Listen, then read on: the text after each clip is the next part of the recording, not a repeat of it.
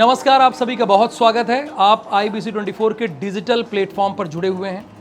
जैसा कि आप जानते हैं, IBC24 का ये डिजिटल प्लेटफॉर्म लगातार आपको राम जन्मभूमि से जुड़ी पूरी कहानी बता रहा है। अब तक हमने आपको बताया कि वेद उपनिषद के साथ साथ इतिहास के दस्तावेजों में कहां कहां अयोध्या और प्रभु श्री राम का जिक्र है। ये हमने आपको पूरी कहानी अब तक बताई। इसके पहले एपिसोड में हमने बताया कि अंग्रेजों के शासनकाल में क्या स्थिति रही, उससे अवगत कराया। अब हम बहुत ही इंपॉर्टेंट भाग की ओर आगे बढ़ रहे हैं। यानी ये तो आपने सुना ही होगा, या हो सकता है आपने पिताजी से, अपने बाबा से इसकी कहानी सुनी हो। यानी इसे इतिहास की जरूरत भी नहीं है। आज़ादी के बाद की बात कर रहे हैं। आज़ादी के बाद अयोध्या कैसी रही, उसकी बात अब हम करने जा रहे हैं। देखिए, सबसे पहला सवाल जो आपके मन में ये आता है कि बाबरी मस्जिद में अचानक रामलला की मूर्ति कैसे प्रकट हो गई, इसकी बात आती है। सबसे पहले राम के नाम पर राजनीति किससे शुरू की। अच्छा, बहुत लोगों को कंफ्यूजन भी है इस मामले में कि राम के नाम पर कौन राजनीति करता है, लेकिन हम यहां बताएंगे शुरू किसने की। बाबरी मस्जिद पर ताला किसने लगवाया और ताला खुलवाया किसने, ये जानना बहुत जरूरी है, चूंकि अब हम 1947 के बाद की बात करेंगे। तो सबसे पहले 1947 की जो जिक्र है किताबों में, इतिहास के पन्नों में जो जिक्र है, वैरागियों और हिंदू महासभा ने यह संकल्प लिया कि बाबरी को विध्वंस करना है। ये उन्होंने संकल्प ले लिया 1947, यानी जब हमारा देश आजाद हुआ। पूरा देश तो आजाद हो गया, लेकिन अयोध्या आजाद नहीं हो पाई। जो जहां पर हम फंसे थे, वैसे तो आजाद थी, लेकिन जिन स्थिति और परिस्थिति में हम फंसे थे वहीं फंसे रह गए। तो मैंने आपको बताया कि 1947 में वैरागियों ने और हिंदू महासभा ने यह प्रण लिया कि बाबरी मस्जिद को विध्वंस करना है। अब इसके एक साल बाद आगे बढ़ जाइए, 1948 में आ जाइए। 1948 में हमारे देश में 13 सीटों पर उपचुनाव होना था 1948 में, और इनमें 13 सीट में से एक सीट फैजाबाद की भी थी।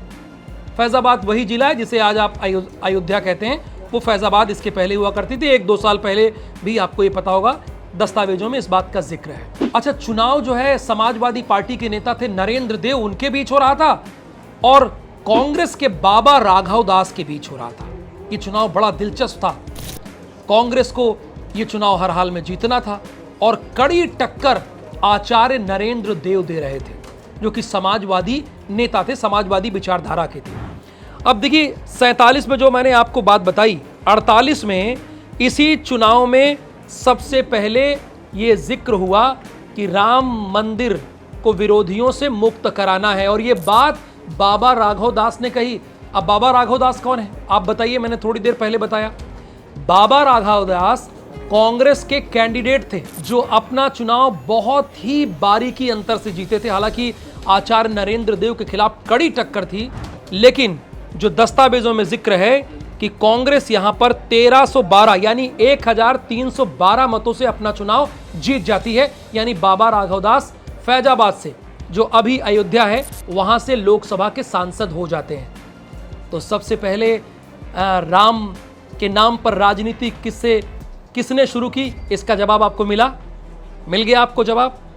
कांग्रेस ने शुरू की, क्योंकि उनके कैंडिडेट ने ही इस बात का जिक्र किया। फैजाबाद के उनके कैंडिडेट ने यह कहा कि अयोध्या को विधर्मियों से मुक्त कराना है। अब सवाल है कि ये विधर्मी कौन है, वो बताने की जरूरत नहीं, इसके पहले के एपिसोड में हमने आपको विस्तार से बताया। तो यहां 1312 वोटों से जीती है। बाबा राघव दास ने संतों से बैठक और मंदिर के लिए सरकार को पत्र भी लिखा। इसी बीच वक्फ इंस्पेक्टर मोहम्मद इब्राहिम ने 10 दिसंबर 1948 को एक रिपोर्ट जारी की। रिपोर्ट के मुताबिक हिंदू बैरागी इस इलाके में कब्रों मजारों को साफ करके रामायण का पाठ कर रहे हैं, और वे जबरन बाबरी ढांचे पर कब्जा कर रहे हैं। ये दस्तावेज में है, इस बात का जिक्र दस्तावेज में लिखा गया है। अब इसके आगे बढ़ते हैं। अब 1950 का रुख करते हैं। अब 1950 में क्या हुआ, ये भी आपके लिए जानना जरूरी है। उस वक्त अयोध्या में क्या खास बात थी, क्या घटनाएं घट रही थी, तो चलिए आपको ही बताते हैं। विवादित परिसर में पुलिस को चौकी बनानी पड़ी, क्योंकि जिस तरह से बार बार विवाद की स्थिति उत्पन्न हो रही थी, उसके बाद पुलिस को वहां पर चौकी बनानी पड़ी, भीड़ बढ़ी तो प्रशासन ने वहां एक पुलिस चौकी बना दी, लेकिन हालात बिगड़ने लगे जिसका असर ठीक 28 दिन बाद दिखा। अब आती है 22 और 23 दिसंबर की रात 1949, सन 1949, यानी 50 के पहले, थोड़ा आपको पहले ले जाएंगे। 1949 की रात 22 और 23 दिसंबर को क्या हुआ, यह जानना बहुत जरूरी है कि उस वक्त अयोध्या में क्या घटना घटी। 23 दिसंबर 1949 को अयोध्या में एक और विवाद जन्म लेता है। एक रात पहले बाबरी ढांचे के अंदर भगवान श्री राम की मूर्ति पाई गई। हिंदू संगठनों ने दावा किया कि भगवान राम खुद प्रकट होकर संदेश दे रहे हैं कि ये जन्मस्थान, अयोध्या का जो जन्मस्थान है, जो हमारे पुराणों में, उपनिषदों में, मानस में, वाल्मीकि की रामायण में जिक्र है, ये उनका जन्मस्थान है। ये हिंदू संगठन बताने लगे।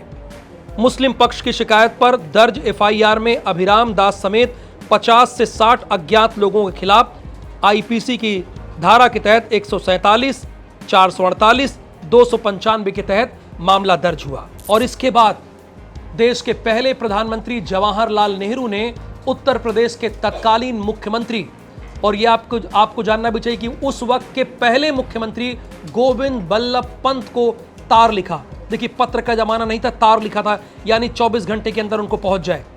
उस तार में किन बात का जिक्र था, किस बात का जिक्र था, यह भी आपके लिए जानना जरूरी है। नेहरू ने उसमें कहा कि अयोध्या की घटना ने मुझे बहुत विचलित किया है। मुझे पूरा भरोसा है कि इस मामले में आप व्यक्तिगत रुचि लेंगे।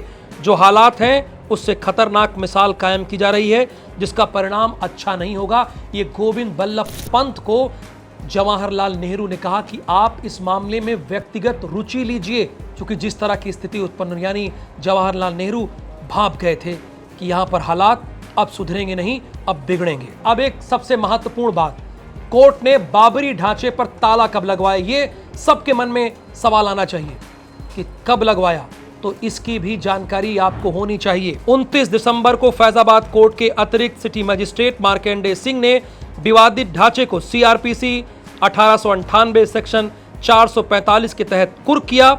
यानी यूपी सरकार ने भी मामले पर विधानसभा में एक लाइन में जवाब दिया कि मामला न्यायालय पर है और इसलिए ताला लगा दिया गया।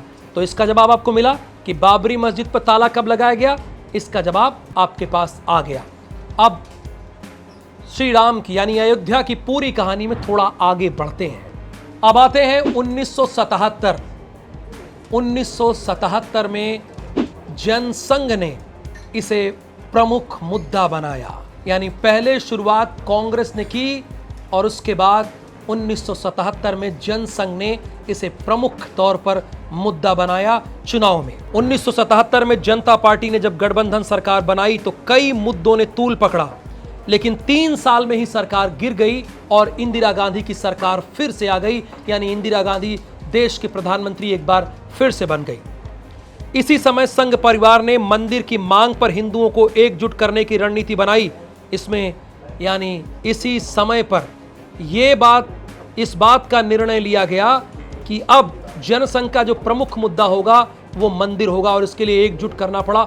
और यही नहीं, अयोध्या ही नहीं, काशी और मथुरा को भी इसमें शामिल कर लिया गया।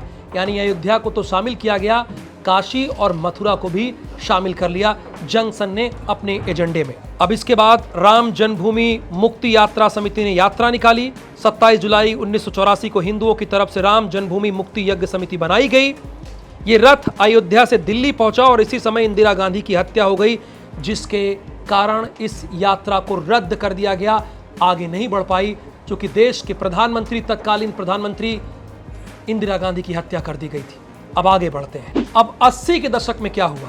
80 के दशक में भी मंदिर का मुद्दा गरमाया, एक बार फिर से मंदिर का मुद्दा गरमाया। इस साल जो घटनाएं घटी वो आपको जानना बहुत जरूरी है। इंदिरा गांधी की हत्या के बाद अगले आम चुनाव में प्रचंड बहुमत से राजीव गांधी की सरकार बन गई। दूसरी ओर राम मंदिर मसला फिर गरमा गया। विश्व हिंदू परिषद ने सरकार को अल्टीमेटम दिया कि अगली शिवरात्रि यानी 6 मार्च 1986 तक ढांचे का ताला न खोला गया तो तोड़ दिया जाएगा। ये चेतावनी दी गई कि अगर ताला नहीं खोला जाता तो हम ताला तोड़ देंगे। और ये किसने चेतावनी दी? विश्व हिंदू परिषद, यानी जिसे आप VHP भी कहते हैं, उन्होंने इस बात की चेतावनी दी, अल्टीमेटम दिया। अब इसमें एंट्री होगी शाहबानो केस की। शाहबानो केस का इससे क्या लेना देना है वो भी आपको समझना चाहिए, बहुत जरूरी है, तो जरा ध्यान से सुनिएगा इसको। शाहबानो केस पर बढ़ा विवाद, फिर गर्भगृह का ताला खुला। 80 के दशक में शाहबानो केस में सुप्रीम कोर्ट का फैसला पलटने की वजह से राजीव गांधी पर मुस्लिम तुष्टीकरण के आरोप लग रहे थे। यानी शाहबानो केस में सुप्रीम कोर्ट का फैसला पलटा, वजह राजीव गांधी बने और राजीव गांधी पर यह छवि बन गई, यानी राजीव गांधी की छवि बनी कि मुस्लिम तुष्टीकरण उन्होंने की। उस वक्त ये छवि बनी। देखिए, मेरा काम ये है जो उस वक्त घटा वो आपको बताना, तो उनकी छवि ऐसी बनी। नया कानून फरवरी 1986 में संसद में पेश होना था। इसी बीच जनवरी 1986 में फैजाबाद जिला अदालत में गर्भगृह का ताला खोलने की याचिका खारिज कर दी गई। जज KM पांडे के आदेश से गर्भगृह का ताला खोल दिया गया। फैसला कोर्ट का था, लेकिन माना जाता है कि हिंदुओं की नाराजगी दूर करने के लिए राजीव गांधी ने एक कदम उठाया।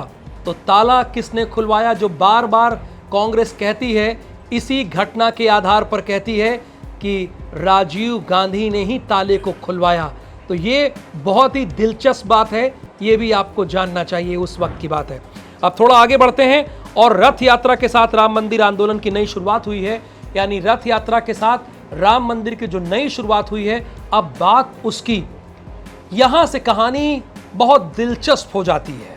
शाहबानो केस के बाद सितंबर 1990 में लाल कृष्ण आडवाणी ने रथ यात्रा शुरू की, जो बहुत ही प्रसिद्ध हुई। अक्टूबर 1990 में कई कार सेवकों पर गोलियां चली, ताबड़तोड़ एक के बाद एक गोलियां चलाई जाती हैं। इन्हीं सब में 1992 में बाबरी ढांचा गिरा दिया गया। 6 दिसंबर 1992 का राजनीति और देश पर क्या असर पड़ा? 2014 में मोदी सरकार आने के बाद मंदिर के केस ने कैसे तेजी पकड़ी? ये सारी कहानी आपको विस्तार से हम अगले एपिसोड में बताएंगे। यानी आपको आज ये जानने को मिला कि राम के नाम पर राजनीति किसने शुरू की, ताला किसने खुलवाया, ताला किसने लगाया, ये सारे बड़े अहम पहलू हैं। और अब जो IBC24 के डिजिटल प्लेटफॉर्म के दर्शक हैं, अगला एपिसोड उन्हें इस स्टूडियो से नहीं मिलेगा, इस शानदार भव्य स्टूडियो से नहीं मिलेगा। अब खुद IBC24 की डिजिटल टीम अयोध्या धाम जा रही है। यानी 16 तारीख से लगातार जो ये अपडेट आपको मिल रहा है, ये डिजिटल प्लेटफॉर्म पर ही आपको मिलता रहेगा। तो मुझे आज के लिए बस अनुमति दीजिए, एक दिन का वेट कीजिए, उसके बाद अयोध्या में क्या हो रहा है, वहां कैसा नजारा है अभी, क्योंकि जैसा कि मैंने बताया कि 500 सालों का ये संकल्प था, विवाद था, वो हल हुआ है। तो बस थोड़ा सा इंतजार कीजिए, मिलते हैं अगले एपिसोड में। नमस्कार।